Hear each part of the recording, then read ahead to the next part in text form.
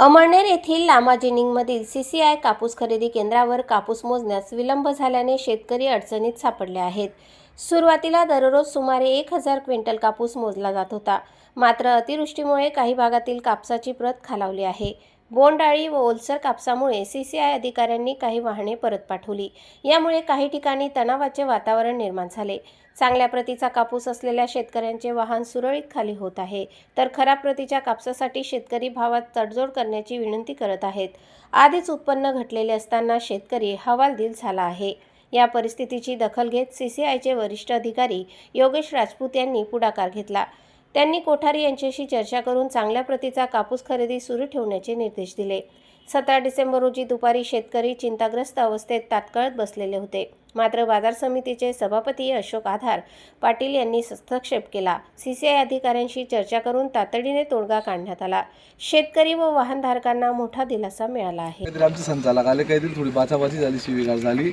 हा याच्याशी शेतकऱ्याचा काही संबंध येत नाही आणि शेतकऱ्याने काय माझ्यासारखा असेल का कोणाला असेल काय कोण नेताला पाठवलेलं नाही इथं की तुम्ही दांगडो करा आणि काहीतरी घोटाळा करा।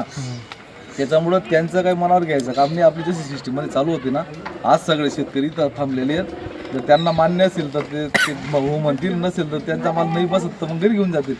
पण मात्र हे लोकांवर जर घरी घेऊन जायची वेळ आली तर सीसीआय बी राहणार नाही, मागचा माल मोजलेला ना तो बी राहणार नाही, तमाशाच होईल सगळा।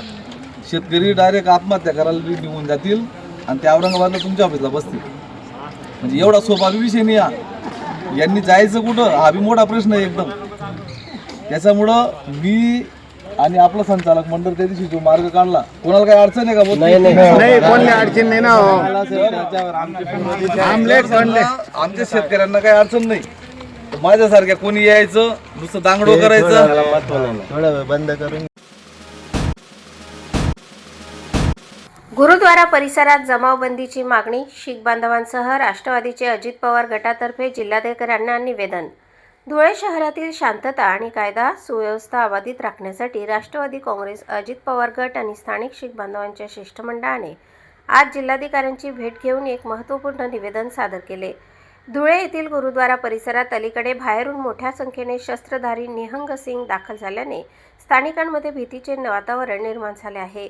या शस्त्रधारी जमावामुळे गुरुद्वारा व्यवस्थापनावर अवांछित ताबा मिळवण्याचा प्रयत्न होऊ शकतो किंवा शहराचा सामाजिक सलोखा बिघडू शकतो, अशी गंभीर चिंता या निवेदनातून व्यक्त करण्यात आली आहे। विशेषतः शहरात सध्या स्थानिक स्वराज्य संस्थांच्या निवडणुका आणि आचारसंहिता लागू असल्याने अशा प्रकारचा अनधिकृत शस्त्रधारी जमाव निवडणूक प्रक्रियेच्या निष्पक्षतेला आणि सार्वजनिक सुरक्षेला बाधा ठरू शकतो।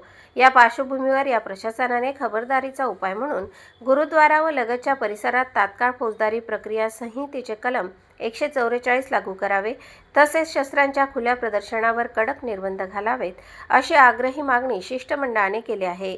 निवडणूक काळात कोणताही अनुचित प्रकार घडू नये यासाठी पोलीस प्रशासनाने गुरुद्वारा भागात विशेष देखरेख ठेवावी, असेही या निवेदनात स्पष्ट करण्यात आले आहे।